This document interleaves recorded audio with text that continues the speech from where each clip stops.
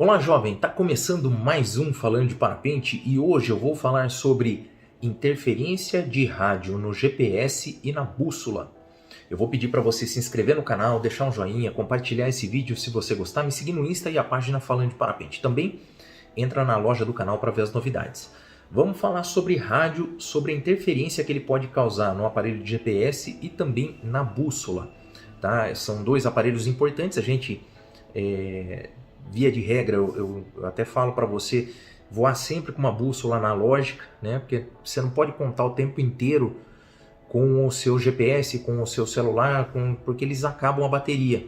E de repente você está no meio do voo ali e uma bússola analógica, né? Uma bússola magnética, pode te ajudar num momento aí de necessidade a se orientar, né? Caso entre ou você entube ou entre aí uma condição que perca a visibilidade, então é importante ter uma bússola analógica também. Mas vamos lá falar da interferência do rádio. Esse tema aqui foi proposto pelo Saulo Braga, do Saulo Braga TV. Entrem aí no YouTube do Saulo Braga TV, tá? Foi um amigo dele, que eu não vou lembrar o nome agora. Aliás, depois, Saulo, coloca aqui embaixo, que daí eu fixo o nome dele aqui nos comentários, que percebeu isso. Então foi importante a gente citar isso, porque pode estar acontecendo com muita gente e as pessoas não estão sabendo. O que acontece? O rádio que a gente usa, né, você sabe, é um receptor e transmissor, é um transceiver que eles chamam. Né? No momento que você não está com o PTT apertado, ele está recebendo. A hora que você aperta, ele transmite radiofrequência, né?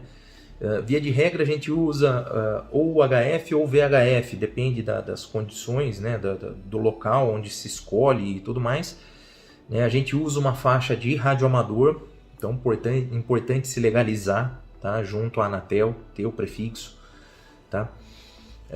Então o que acontece? A gente usa ali a faixa de UHF, VHF, que varia entre 144.000 MHz a 148.000 MHz em UHF, VHF 430.000 MHz a 450.000 MHz.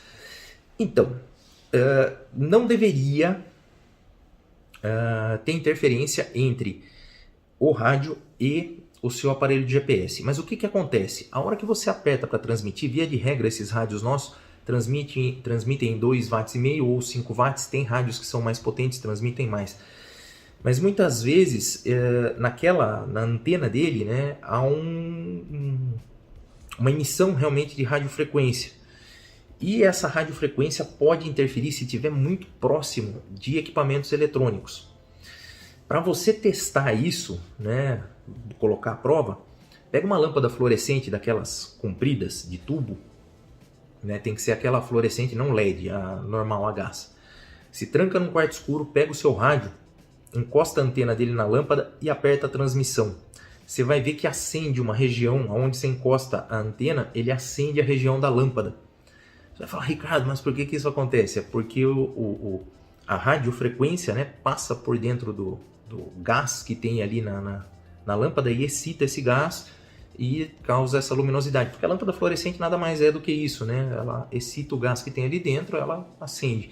E a antena do rádio pode causar isso, né? Então ali se torna visível essa radiofrequência, ali a gente consegue ver esse efeito, né? Muitos rádios fazem isso. Pode ser que algum não faça, não testei todos, mas muitos fazem. Então o que acontece? A reclamação foi a seguinte: alguns amigos voando com o GPS, com o rádio no container, colocavam o rádio do lado do GPS. E com PTT ou laringofone, que é aquele dispositivo que fica aqui para você falar, ou PTT na mão, no capacete aqui. Então o que acontece? Ele deixava o rádio lá e operava o rádio pelos PTTs, né? O que acontece? Essa antena ficava colada ali com o GPS. Na hora que o amigo fazia todo o voo dele e tal, ele ia baixar o arquivo do GPS, aquele arquivo IGC, sabe, que forma. E aí no arquivo IGC tinha algumas falhas. Então ele começou a notar que ou tinha falta de trechos, ou tinha picos estranhos dentro daquele arquivo IGC. Então ele começou a ver que tinha falhas nesse arquivo. e ficou intrigado e chegou à conclusão, depois de filmando e tudo mais, que essa falha acontecia quando o PTT era acionado, quando havia transmissão de rádio. Então, apertou o PTT, pá, dava uma falha ali no arquivo IGC. Mais gente no corredor. Vira e mexe, tem gente aqui no corredor. Vou pausar. Vamos lá, continuando. Eu tento gravar em horários alternativos aqui, mas vira e mexe tem alguém no corredor. Bom, vamos lá. Tinha picos, tinha falhas, tinha erros nesse arquivo IGC, e aí viu que era na hora que acionava o rádio. Então, notou-se que acabava acontecendo esse problema. Outra coisa é esse rádio no container perto da bússola magnética. A bússola fica louca perto desse rádio. Quando você transmite, ela fica doidinha. E outra coisa, só de estar perto do rádio, né, só de estar próximo até do GPS do rádio, ela acaba alterando aquela direção da bússola analógica, porque a bússola analógica ela é magnética. E o nosso rádio ele tem um alto-falantezinho, tem um ímã, tem parte metálica, tem bateria, né, que pode atrair a agulha da bússola, ela é muito sensível. Então, se vale como dica aqui, a ideia é a seguinte, é que você não use o rádio perto da bússola magnética, que você já deve estar percebido e não usa, e também não perto, não próximo ao GPS, para evitar esses erros no track log, né? Agora o pessoal tá subindo aí mais os track logs no XC Brasil, né, para nivelamento, aquelas coisas tal. Então, ideal que esses track logs estejam, como é que se diz, intactos, né, estejam perfeitos. Para quem não sabe o que é track log, é o registro do voo em formato IGC. Bom, o registro do voo no GPS. Então esse arquivo, né, muitas vezes se danificava. Então o ideal é você deixar longe o rádio do GPS. Quanto distante, Ricardo? Não sei, porque vai depender do seu rádio, vai depender da sua antena. Se a sua antena está danificada, você sabe que a antena de rádio que está torta no sentido de estar rachada, aquela capa plástica toda arrebentada, fica exposto o elemento da antena, tudo isso pode causar interferência, pode causar vazamento. Então o ideal é que você, se a sua antena está danificada, compre uma anteninha nova aí no Mercado Livre ou qualquer outro site de venda e substitui sua anteninha para que não tenha vazamentos de radiofrequência, entende? Então aí você consegue resolver mais ou menos isso. Outra coisa, como eu falei, deixar longe. Mas você vai falar, como longe, Ricardo? Eu não sei, no container eu deixaria em extremos, sabe? Deixa longe. Se você tem condição de levar o rádio ou pendurado na selete, ou num porta-rádio, ou qualquer coisa assim, acho até melhor, né? A transmissão do rádio, o que acontece? O elemento do rádio ele é só o positivo, vamos dizer assim. Né, aquele espiral que fica dentro da antena, quem já abriu uma antena viu que tem uma bobina, né, dentro dessa antena. Ela é só o positivo. O negativo da antena, via de regra num HT, é a nossa mão, é o nosso corpo. Né?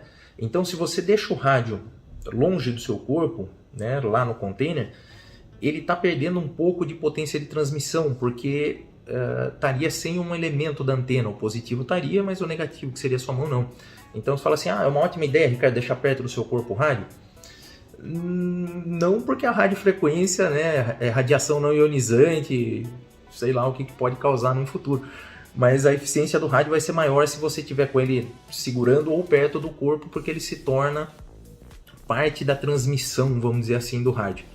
Então o lance é esse, né? Manter as coisas longe para que você não tenha problema na hora de baixar seu track log aí, ou na hora de você precisar da bússola analógica e ela tá doidinha porque seu rádio tá ali perto, né? Ou seja, ou recebendo ou transmitindo, ela pode ficar doidinha, né? Então eu vou deixar aqui mais uma vez lembrado e ressaltado que o ideal é que você sempre transmita. A gente voa muito alto. O 5 watts, que é o quanto a gente transmite chega muito longe, você não tem noção, vai 70, 80 quilômetros, vai longe.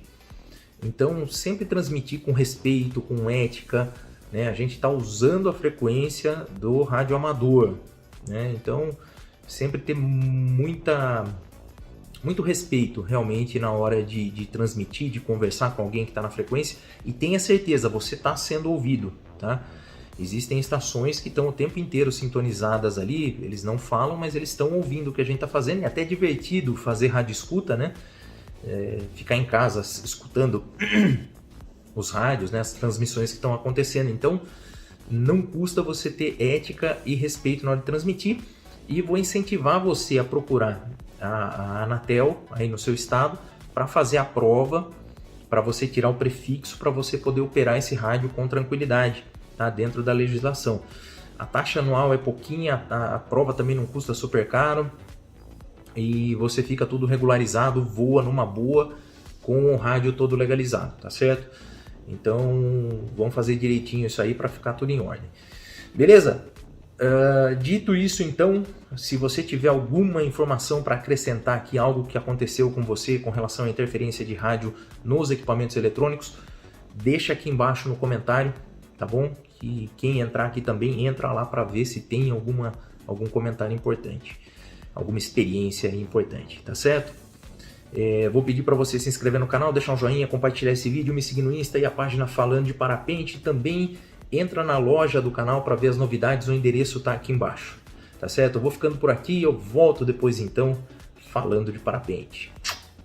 Valeu!